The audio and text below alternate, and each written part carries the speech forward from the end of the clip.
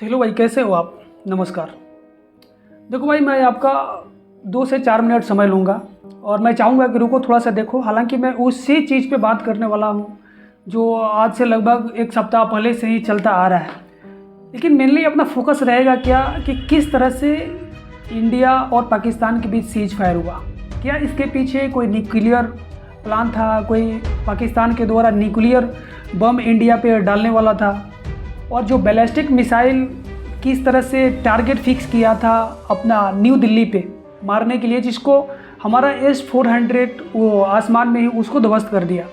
इस सारी चीज़ों के बारे में हम लोग बात करेंगे ही, लेकिन याद कर लेते हैं कल ही शाम को जब प्रधानमंत्री नरेंद्र मोदी जी के द्वारा देश को संबोधित किया गया और उसमें 2-4 चीज़ें जो थी काफ़ी समझने और सुनने वाली थी, जिसमें से एक तो था, अगर भारत पर आतंकवादी हमला होता है तो भारत आतंक की जड़ों को कभी भी कहीं भी हो वहाँ जाकर सजा देगा। ये सिंपल सी बात है। सीज फायर जो हुआ उससे कोई मतलब नहीं। अगर आतंकवाद भारत को परेशान करेगा तो कहीं भी हो, उसकी जड़ कहीं भी हो, भारत वहाँ जाकर उसको तबाह करेगा। दूसरी चीज़ क्या था इसमें, भारत अब आतंकी मास्टरमाइंड और उन्हें समर्थन देने वाली सरकारों में भी फ़र्क नहीं समझेगी।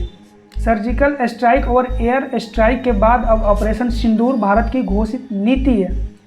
मीन्स व्हाट, कि अगर आतंकवाद हमला करेगा तो आतंकवाद कहीं भी रहेगा, इंडिया के द्वारा उसको घुसकर मिट्टी में मिला दिया जाएगा। हालांकि हम आ रहे हैं कि किस तरह से न्यूक्लियर प्लान चल रहा था, उस पर आएंगे ही, लेकिन कल की जो 1-2 और मुख्य बातें हैं मोदी जी की, उस पर अगर हम लोग समझ लेंगे तो हमको आगे समझने में आसानी होगी कि इस तरह से क्रोनोलॉजी जो किस तरह से घूम रहा था, न्यूक्लियर प्लान हो रहा था, किस तरह से पाकिस्तान में अर्थक्वेक आ रहा था, इसके पीछे कारण क्या था, किस तरह से एक बोरोन तत्व होता है जो न्यूक्लियर जो रिएक्शन पे ही उसको छिड़काव किया जाता है, उसको उसके ऊपर डाला जाता है ताकि उसका न्यूक्लियर का रेडिएशन वो कम हो सके। तो इस पे हम आ रहे हैं। भारत अब न्यूक्लियर ब्लैकमेल बर्दाश्त नहीं करेगा, सीधा जवाब देगा। प्रधानमंत्री मोदी जी के द्वारा भी कहा गया कि भारत अब न्यूक्लियर ब्लैकमेल नहीं सहेगा, सीधा जवाब देगा।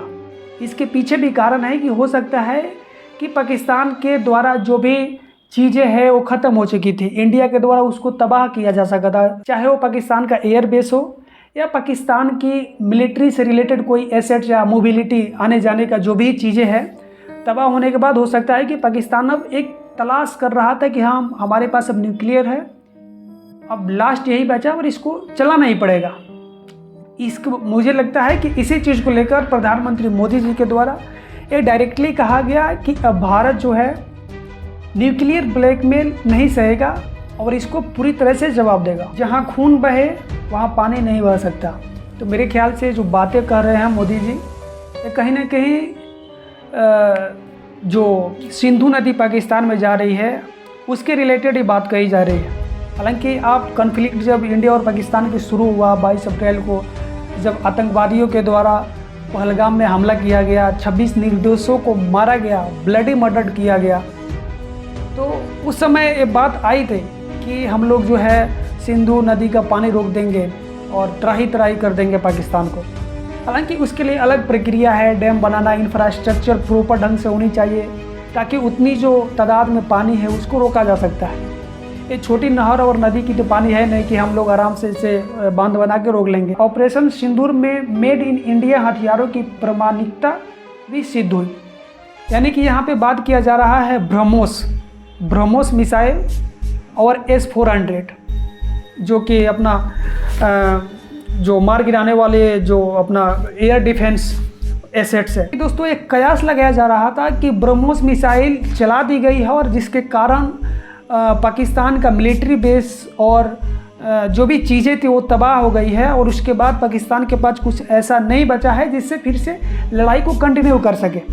दोस्तों, एक्चुअली बात क्या है कि जो परमाणु हथियार चलाने की कयास लगाया जा रहा है उसमें क्या है कि पाकिस्तान के अंदर लगातार 5-7 दिन के अंदर में अर्थक्वेक आ रहा है, भूकंप आ रहा है, और एक कयास यही लगाया जा रहा है कि भूकंप अपने आप नहीं आ रहा है, परमाणु परीक्षण किया जा रहा है, इसको टेस्टिंग किया जा रहा है। इसका एक और कारण मिलता है कि इजिप्ट जो कंट्री है भारत और पाकिस्तान से दूर दूर तक लेना देना नहीं है। हालांकि व्यापार जो होता है, ट्रेड होता है इजिप्ट के साथ में, लेकिन बात रही कि जो भी तनाव बढ़ गया है, कन्फ्लिक्ट हो चुका है इंडिया और पाकिस्तान के बीच, तो कहीं ये इजिप्ट जो है इंडिया की ओर से है या पाकिस्तान की ओर से, ऐसा कुछ नहीं है, वो साइलेंटली है। लेकिन ये 10 तारीख के आसपास में 9 तारीख को युद्ध के मतलब वार के दौरान जो हमारा अपना मिसाइल जो है उस रात के दौरान पाकिस्तान पे हमला करता है और पाकिस्तान के जो भी एयर बेस है उसको तबाह कर देता है। तो उसके बाद एक फ़्लाइट देखी गई और उस दिन देखी गई, उस सिचुएशन में देखी गई कि जब पाकिस्तान का जो भी एयर बेस है वो बंद था, कोई भी फ़्लाइट आने जाने के लिए अलाउ नहीं था और वहाँ पे इजिप्ट का एक फ़्लाइट देखी गई। और दोस्तों जब इजिप्ट की फ़्लाइट पाकिस्तान के अंदर देखी गई तो इसके साथ साथ एक कयास लगाना शुरू कर दिया गया कि इजिप्ट के अंदर एक नाइल डेल्टा करके है, नदी की तरह है, उसके अंदर बोरोन जो है काफ़ी सफिशिएंट मात्रा में होता है। वही बोरोन है जो अगर कोई भी न्यूक्लियर रिएक्शन करता है, रिएक्ट करता है, वो जब ब्लास्ट होता है तो उसको कंट्रोल करने के लिए बोरोन की छिड़काव किया जा सकता है। उसके छिड़काव करने से न्यूक्लियर बम का जो रिएक्शन होता है उस पर कंट्रोल किया जा सकता है। हालांकि उतनी मात्रा में कंट्रोल नहीं किया जा सकता है, फिर भी एक कारगर साबित होता है बोरोन, और वो इजिप्ट के अंदर काफ़ी सफिशिएंट मात्रा में होता है। जब इजिप्ट का फ़्लाइट दिखा गया पाकिस्तान के अंदर तो एक कयास लगाना शुरू कर दिया गया कि कहीं ना कहीं पाकिस्तान के अंदर परमाणु बम का टेस्टिंग चालू है और हो सकता है कि परमाणु बम पाकिस्तान के द्वारा इंडिया पे चला दिया जाए। दोस्तों इस बात का एक पुख्ता सबूत एक और मिलता है कि रावलपिंडी जो पाकिस्तान का बेस है ना, उस बेस पे इंडिया के द्वारा उसके पिछले रात में ही हमला किया गया, जो मिलिट्री बेस है रावलपिंडी के अंदर। और रावलपिंडी के पास में ही जो भी न्यूक्लियर वेपन रखा हुआ है पाकिस्तान के द्वारा उसके आसपास में ही है। तो इसमें 2 कारण हो सकता है।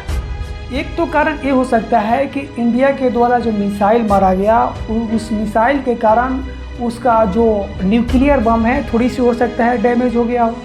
उसके बचाने के लिए, उसके रिएक्शन को कम करने के लिए वो बोरोन मंगाया गया इजिप्ट से। दूसरी कारण ये है कि कहीं ना कहीं ये जो पाकिस्तान है इंडिया पे इसको चलाने को सोच रहा था। और इसका एक और पुख्ता सबूत ये मिलता है कि नेशनल कमांड अथॉरिटी, ये वही संगठन है या फिर समझ लो कि ये वही डिपार्टमेंट है, नेशनल कमांड अथॉरिटी, जो परमाणु बम चलाने के लिए परमिशन देता है। हर देश में एक अथॉरिटी होता है जिस अथॉरिटी के सलाह मशवरे के बाद ही इसका यूज किया जा सकता है, क्योंकि वो जितना भी डॉक्यूमेंटेशन का, जितना भी डू डॉन जो भी है, ये अथॉरिटी देखती है।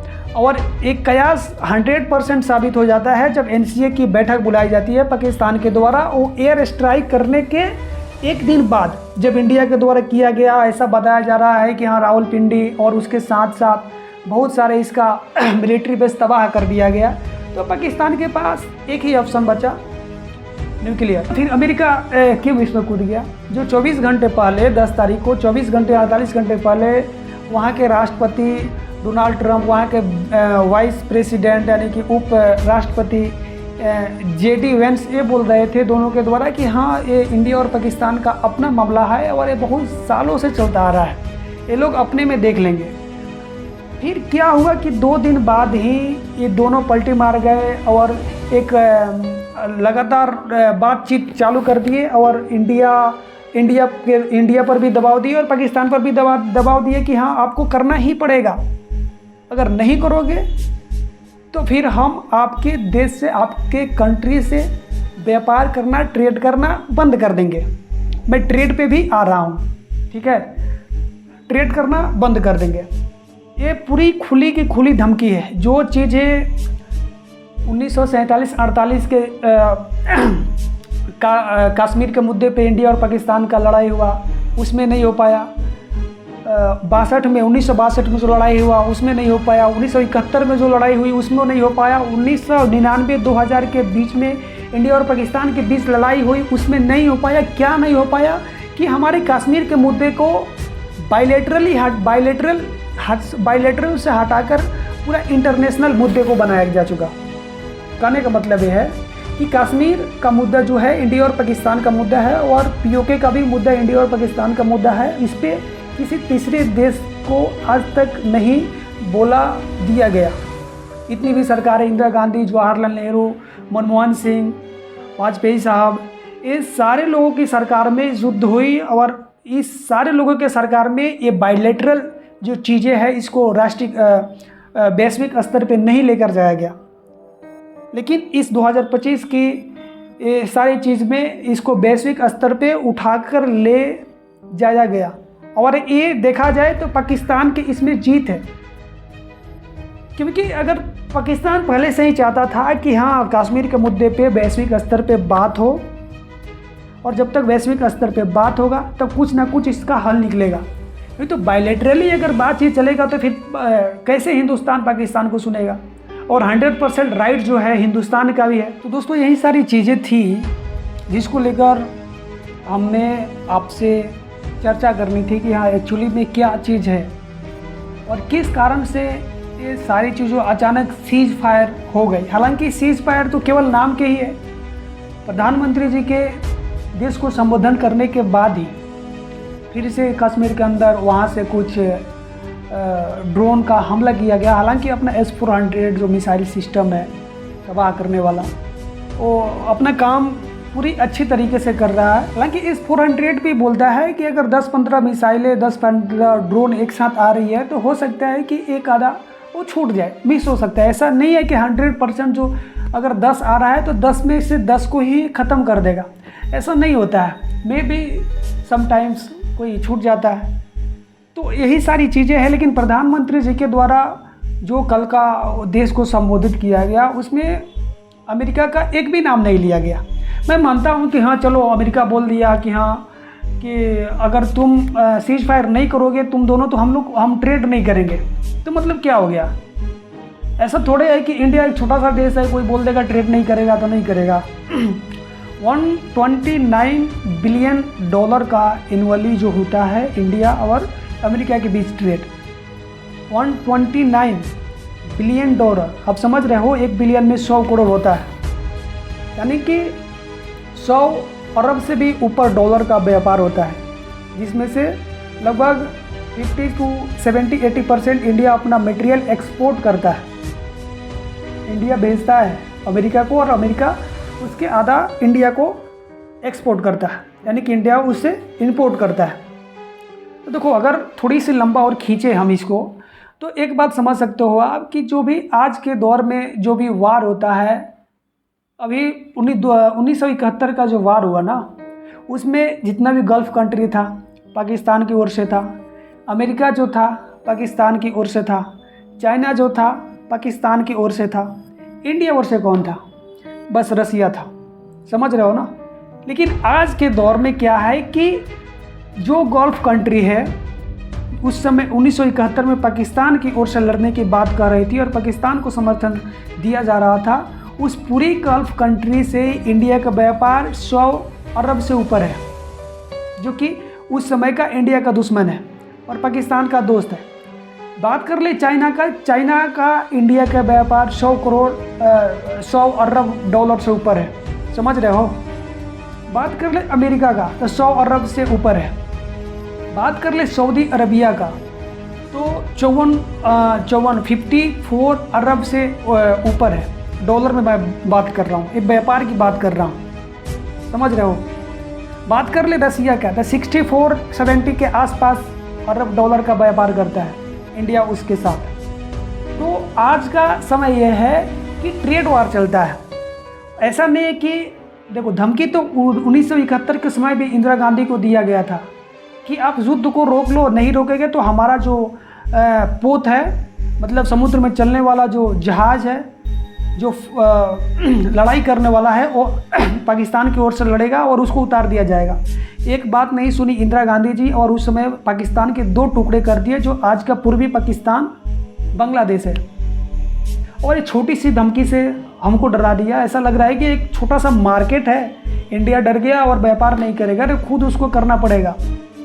ये अगर उठा लो S-400, जब तुम इंडिया खरीद रहा था रसिया से S-400, जिसकी बात कही जा रही है कि जो मिसाइल हवा में उड़ के आ रहा है उसको धड़ाधड़ इंडिया गिराया जा रहा है, उस समय भी अमेरिका बोला था कि हाँ इंडिया तुम पे मैं सेंक्शन कर दूंगा, सेंक्शन लगा दूंगा, लेकिन इंडिया उसकी एक बात नहीं सुनी और S-400 रसिया से खरीदा। क्योंकि इंडिया एक छोटी सी चीज़ नहीं है ना यार कि हाँ तुम चाहोगे कि बंद कर दोगे। India is the world largest market in the world, समझ रहे हो ना? आप इसको नकार ही नहीं सकते हो। अरे तुमको मार्केट चाहिए, इतना पॉपुलेशन है, पॉपुलेशन नहीं हमारा ताकत है, समझ रहे हो ना? तो ये सारी चीज़ों को समझना होगा। और उस समय का दौर नहीं है कि तुम बायकॉट कर देगा, ऐसा नहीं होता है यार। तुमको भी मार्केट चाहिए, समझ रहे हो ना? चाइना क्यों नहीं खुल के आया पाकिस्तान की ओर से? नहीं आएगा, उसको पता है कि व्यापार अपने को इंडिया से करना है। और जिस तरह से चाइना का ट्रेड वार चल रहा है अमेरिका के साथ, उस सिचुएशन में तो करेगा ही नहीं। और अमेरिका का चाइना के साथ जो ट्रेड वार चल रहा है उस सिचुएशन में इंडिया को ढीलेगा ही नहीं, इंडिया को कमज़ोर करेगा ही नहीं, क्योंकि अमेरिका को भी चाइना को काउंटर स्ट्राइक करना है, काउंटर करना है। तो इधर अपना साउथ एशिया में कौन है उसका साथ देने वाला? इंडिया ही है ना। और पाकिस्तान का क्या है? पाकिस्तान कितना खरीदारी कर लेता है, जहाँ इंडिया 100 अरब करता है वहाँ पाकिस्तान 2 अरब में निपट जाता है। ना ही उसके पास पैसा है माल मंगाने के लिए, ना ही उसका प्रोडक्शन हाउस है कि पाकिस्तान से माल बना के बेचेगा दूसरे देश में। तो कहीं ना कहीं अपने से भी मिस्टेक हुई। लेकिन हाँ यार, मैं तो ऐसा अपनी सोच के हिसाब से बोल सकता हूँ, क्योंकि जो देश चलाने वाले हैं उसके साथ जो डिप्लोमेट है काफ़ी बड़े स्तर पर जानने वाले हैं। हम तो खैर अपनी राय ही दे सकते हैं, जो अपने छोटी सी दिमाग में जो अट रहा है उसके हिसाब से हम लोग बात कर रहे हैं। ऐसा नहीं है कि हम सब कुछ जानते हैं और देश का नेतृत्व करने वाले कुछ नहीं जानते हैं। देखो, जो भी कुछ हुआ होगा उसके पीछे कोई ना कोई कारण होगा। लेकिन एक बात दिमाग में बैठा के रख लो आप कि अगर हम लोग पाकिस्तान के सैकड़ों मारते हैं और उस सैकड़ों के कारण हमारा 2 मरता है, तो हमें अपने 2 को काउंट करना ही पड़ेगा। लेकिन फिर भी यहाँ पे एक बात और देखने वाली होगी कि जो वार होता है उसमें तो हानि होगा ही होगा, या तो कम हो या ज़्यादा हो। तो दोस्तों यही सारी चीज़ें हैं। वीडियो काफ़ी लंबी हो गई होगी, लेकिन अगर अभी आप यहाँ तक पहुँचे हो तो बहुत बहुत धन्यवाद। मिलते हैं किसी नेक्स्ट वीडियो में, तब तक के लिए जय हिंद। अगर वीडियो और चैनल सब्सक्राइब नहीं किया कर दो यार, ठीक है? धन्यवाद।